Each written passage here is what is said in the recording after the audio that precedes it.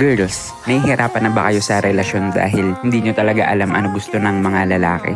Kaya mahina mga lalaki pagdating sa mga seryosong relasyon kasi di nila gaano iniisip yun. At pag in-imagine nila, napipicture nila mga nagsisigawang bata, walang pera, paglaki ng tiyan, naging na asawa, at habang buhay na monogamy. Karamihan sa mga lalaki, lalo yung mga mas nakakabata, palihim na nakikita ang isang relasyon na hadlang sa kanila sa pag-take ng mga wild opportunities na pwedeng ma-present sa kanila anytime. Kung si Tommy Lee kinumit agad sarili niya sa unang groupie na nalaglag panty sa kanya, edi hindi niya nakarelasyon sila Pam Anderson, Heather Locklear, pati iba pang mga magagandang model, diba? Ganon din mag-isip ang karamihan sa mga lalaki. Yung till death do us part na concept ay nakakatakot para sa kanila.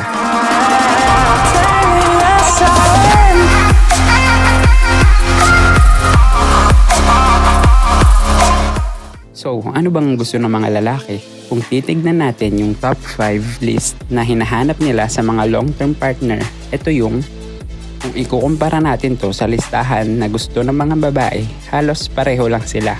Ang pinaka-difference lang ay yung mga babae gusto rin sa lalaki yung sensitive at ang mga lalaki naman gusto sa mga babae yung may magandang itsura.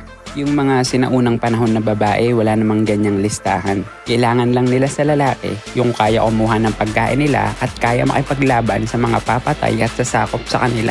Mga unang panahon na lalaki hindi naman kailangan na maging magaling mag-joke, marunong mag-chess o maintindihan feelings ng babae bago nila ma-impress yun. Yung mga babae rin dati mas madali makahanap ng partner dahil wala pang cosmetics noon, designer bras or surgeries. Mas level yung playing field ng mga ancestor natin.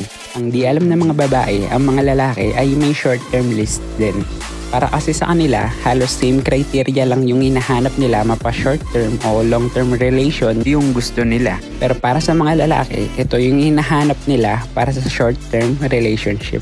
Kita mo naman, yung listahan ay composed ng mga visual cue na nagdadala ng hormone activity sa hypothalamus at amygdala ng utak natin. Kaya ang short-term list ng lalaki ay about sa lust. Ayon sa study, para sa mga lalaki, hindi desirable yung pangangailangan ng babae ng commitment mula sa kanila para sa casual o short-term partner lang. Pero gustong-gusto nila yon pag para sa long-term o marriage partner nila. Mas mataas mga rating sa kanila ng mga kasal na kaysa sa mga single. Kasi daw, yung mga kasal na mas less likely na maghanap ng commitment mula sa kanila. Yung short-term list ng lalaki ay yung mga laging in action sa clubs, inuman, beach. Kadalasan, physical list talaga yon kasi ayon sa pinapakita sa mga brain scan, ang lalaki ay visual at ang mukha at katawan ng mga babae ang una nilang nakikita. Tapos, yung short-term list pa nila ang kadalasang nare-respondihan ng mga babae. Gustuhin mo man o hindi, ayun ang hinahanap ng mga lalaki sa one-night stand at short-term jowa, hindi sa long-term relationship. Kaya yung mga babaeng maiksi lagi manamit, makakapal makeup at malandi umasta, ayun yung mga kadalasang madaming nagiging boyfriend na puro short term lang.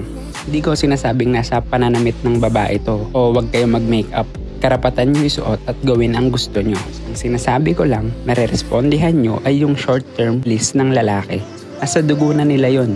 Para ma-attract mo yung lalaking pang long-term relationship, kailangan mo mag-display ng mga nasa long-term list niya. While at the same time, alam mo dapat kailan mag-a-act sa short-term list niya para hindi nababaling sa iba atensyon niya. Society infers girls have to wear tons of makeup to be pretty.